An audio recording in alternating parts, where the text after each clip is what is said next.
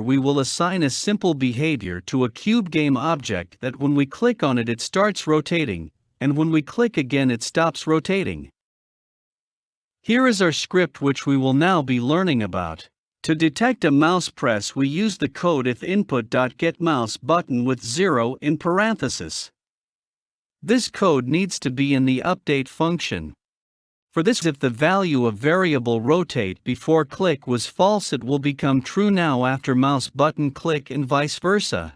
Only if the value of variable rotate is true, which is when we are going to rotate the cube. For that we use this code transform.rotate, which rotates the cube by a certain fixed value defined by the vector3 variable holding fixed x, y and z values. In our case we assign the value of 150, 360 float values to x, y and z values respectively. This operation will make the cube look rotated with fixed speed only, and is independent of the device the game is running on. Now we come back to Unity Editor and play the game.